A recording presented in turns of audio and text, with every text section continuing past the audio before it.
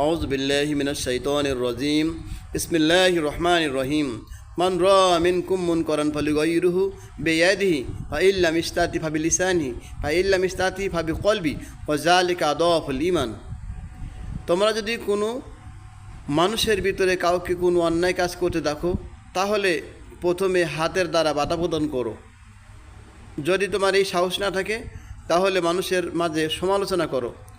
যদি তোমার এই সাহসও না থাকে, তাহলে মনে মনে ঘৃণা করো।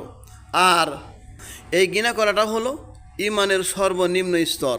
প্রিয় বন্ধুগণ, আমাদের মাঝে অহরহ খারাপ কাজ হচ্ছে, মানুষ অন্যায় করছে, অপরাধ করছে, আল্লাহ তাআলার হুকুম পালন করছে না। আমরা যদি নামাজ পড়ি, আল্লাহ তাআলার হুকুম হাকাম পালন করি, তবুও তাহাদিগকে খারাপ কাজ হতে বিরত রাখার জন্য আমরা তাদের কাছে তদবির করছি না, যাচ্ছি না। কিন্তু কাল কিয়ামতের ময়দানে আমরা যদি আল্লাহ